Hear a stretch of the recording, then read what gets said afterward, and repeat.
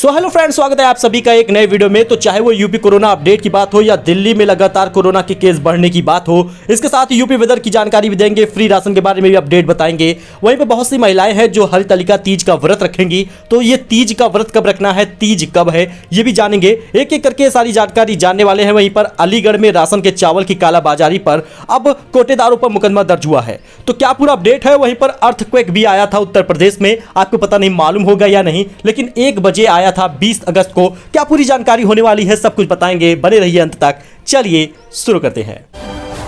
तो वहीं पर आप जान लीजिए गुड गवर्नेंस यानी सरकार की अच्छे कदमों को आप जान लीजिए। यूपी में अच्छे और खराब अफसरों की तैयारी हो रही है, यानी उनके बारे में जानकारी हासिल हो रही है। गोपनीय रिपोर्ट तैयार की जा रही है, कार्रवाई उन पर तय होगी। जी हां, योगी सरकार कुछ अलग तरीके से काम करती है और उनके अलग तरीके से काम करने की वजह से ही योगी सरकार विदेशों में भी तारीफ होती है। गुड गवर्नेंस के लिए मुख्यमंत्री योगी आदित्यनाथ की नजर अब शासन से लेकर तहसील व थानों तक रहेगी। उनकी गतिविधियों पर बारीक नजर रखी जाएगी। जी हां, जन सुनवाई समाधान प्रणाली यानी IGRS, सीएम हेल्पलाइन यानी 1076 पर आने वाली शिकायतों के निस्तारण के आधार पर हर माह सीएम योगी गोपनीय रिपोर्ट भेजी जा रही है। इसमें काम के आधार पर 10 अच्छे व 10 खराब की रैंकिंग तैयार की जा रही है। इसके साथ ही आपको बता दें, शासन स्तर के विभागों और फील्ड में तैनात कमिश्नर, DM, विकास प्राधिकरणों के उपाध्यक्ष और नगर आयुक्तों की रिपोर्ट भी सीएम को भेजी जा रही है। इसी तरह पुलिस में भी ADG, IG, DIG और पुलिस आयुक्त और SSP और SP की रिपोर्ट अलग से दी जा रही है। खरा ना उतरने वालों पर होगी कार्रवाई। और जुलाई में अच्छा काम करने वाले शीर्ष 10 विभाग आप जान लीजिए: सहकारिता, ग्राम्य विकास, भूतत्व व खनिकर्म, श्रम, नगर विकास, गृह व गोपन, पिछड़ा वर्ग कल्याण, समाज कल्याण, सिंचाई, जल संसाधन व पंचायती राज।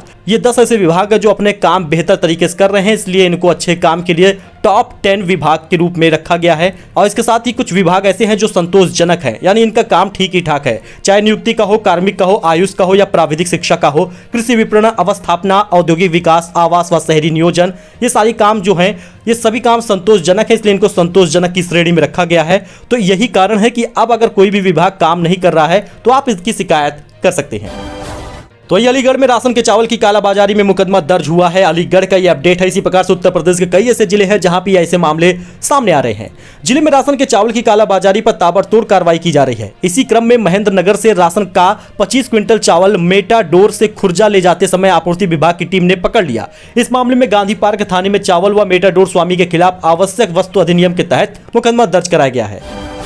में बहुत सारे लोगों का सिर्फ इसी बात का कमेंट आ रहा कि सर क्या ये जुलाई के पहले चरण का राशन जो है फ्री मिलेगा और ये कब से मिलेगा। तो दोस्तों आपको बता दें, डेट तो निर्धारित हो गई है कब से मिलने वाला है। वैसे कोटेदार से बात भी किए हैं, उन्होंने भी जो बताया है उसकी भी जानकारी आपको देंगे। तो राशन वितरण इस बार क्या पैसे का मिलेगा, ये भी आपको इस वीडियो में पता चल जाएगा। सबसे पहले आप यहाँ पे टाइटल देख सकते हैं, अभी तक नहीं मिल पाया जुलाई माह का राशन और अगस्त महीना बीतने को है, यानी आज 20 अगस्त हो गया है और जुलाई के न पहले चरण का राशन मिला है और न दूसरे चरण का। लेकिन इसके लिए सबसे पहले आप एक अपडेट जान लीजिए कि अब आपको जो अगस्त में राशन मिलेगा जुलाई के पहले चरण का, वो आपको पैसे का मिलेगा। और आपको जो चना तेल नमक इस बार जुलाई के पहले चरण में मिलेगा वो फ्री होगा, क्योंकि वो जून माह का है। उसके बाद चना तेल नमक के वितरण समाप्त हो रहे हैं। इसके बाद आपको चना तेल नमक सरकार की तरफ से नियमित राशन में योगी सरकार की तरफ से नहीं दिया जाएगा। चना तेल नमक अब बंद हो रहा है। इसके साथ ही जो गेहूं चावल मिलेगा उसको आपको पैसे देकर लेने होंगे, यानी आपको 25 अगस्त को ये फ्री राशन मिलेगा। आप यहाँ पे कोटेदार की बात ध्यान से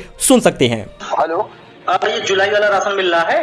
अभी नहीं मिलेगा। अच्छा, क्या पैसे मिलेगा? 25 तारीख तक फोन करिए। पैसे मिलेगा, फ्री का मिलेगा? नहीं, वो पैसे का रहेगा।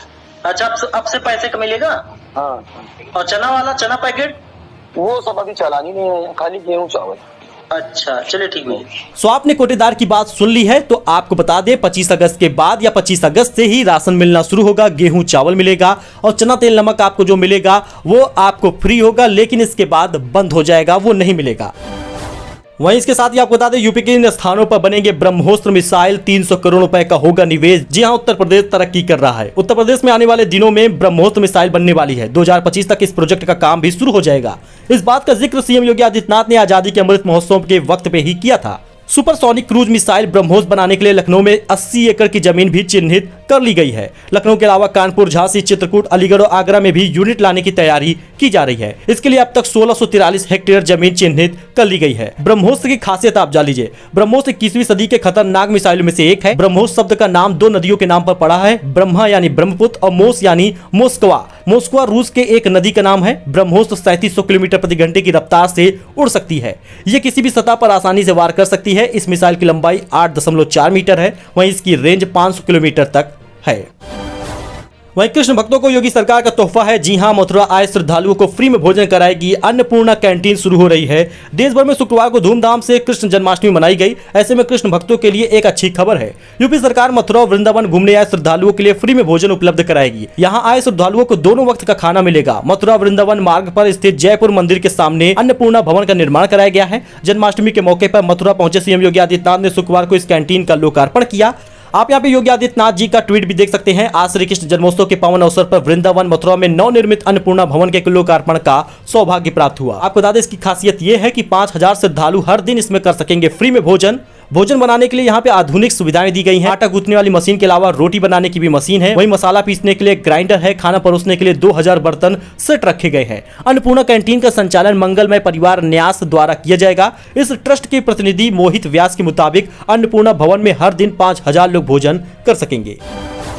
अच्छा, यूपी वेदर अपडेट के बारे में भी जान लीजिए। अगले 2 दिनों तक झमाझम बारिश होगी। गरज के साथ उमस और गर्मी से आपको राहत मिलेगी, क्योंकि 21 अगस्त से बारिश का अलर्ट है। जी हां, दिन भर तेज धूप और शाम से झमाझम बारिश ने भादो महीने में उपस्थिति का एहसास करा दिया। शाम से शुरू बारिश देर रात तक जारी रही। शाम 4 बजे अलग अलग इलाकों में शुरू बारिश रात 8 बजे तक मूसलाधार होती रही। IMD ने उत्तर प्रदेश में शुक्रवार से रविवार तक बिजली की गरज के साथ कई इलाकों में भारी बारिश और कई में हल्की से मध्यम बारिश का अनुमान लगाया है। इस दौरान राज्य के स्थानीय हिस्सों में भारी बारिश हो सकती है, लेकिन आने वाले समय में कई जिलों में बारिश का अलर्ट जारी किया गया है।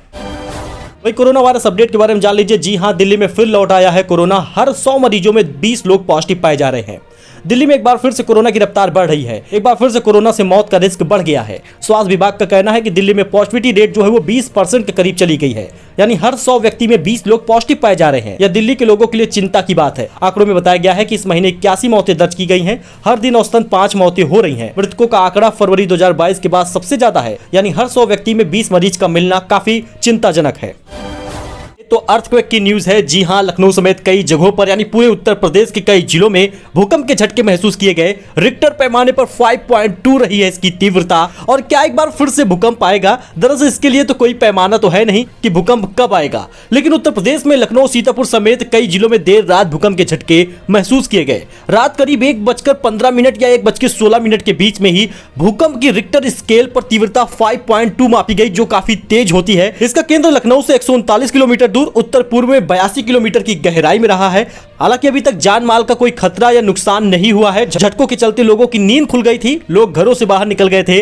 और आपको बता दें, जन्माष्टमी मना रहे लोग भी घबरा कर पंडालों से बाहर निकल आए थे। आपको पता होगा कि जन्माष्टमी के दिन देर रात तक लोग जागते हैं। यही कारण है कि काफी लोगों को झटके महसूस हुए, क्योंकि सभी लोग जग रहे थे। आपको बता दें, लोगों के अनुसार झटका इतना तेज था कि घरों में रखे कूलर, फ्रिज समेत कई सामान देर तक हिलते रहे। सीतापुर में भी महसूस किए गए थे भूकंप के झटके। उत्तराखंड में भी झटके महसूस किए गए थे और दिल्ली तक ये झटके महसूस किए गए थे।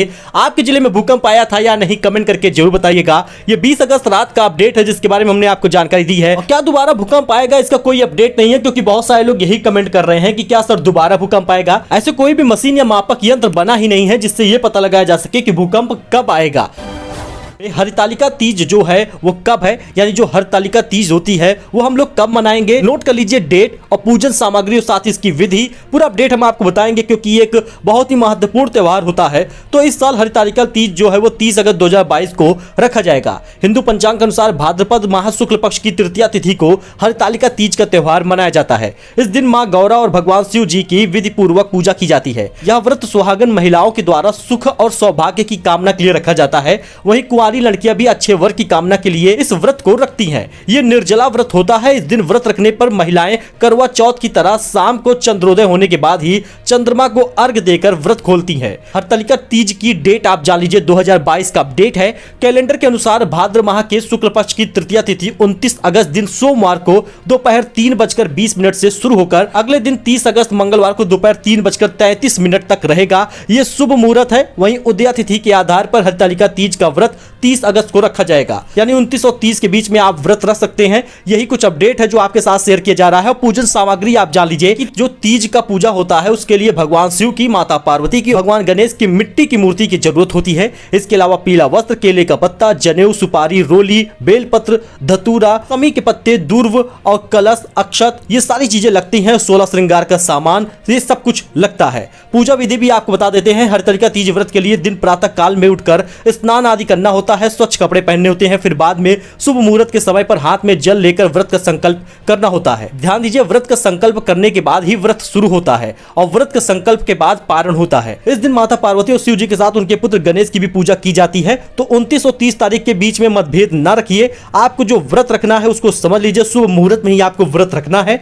तो इस साल जो है बहुत सारे लोग 30 तारीख को व्रत रख रहे हैं, तो कुछ लोग 29 अगस्त को व्रत रखेंगे। सो ये था आज का कुछ अपडेट जो आपके साथ शेयर किया गया है। आई होप आपको ये पसंद आया होगा। वैसे आपको ये जानकारी पसंद आई हो तो एक प्यारा सा कमेंट जरूर कीजिएगा और वीडियो को लाइक करना बिल्कुल ना भूलिएगा। मिलते अगले वीडियो में नई जानकारी के साथ। धन्यवाद।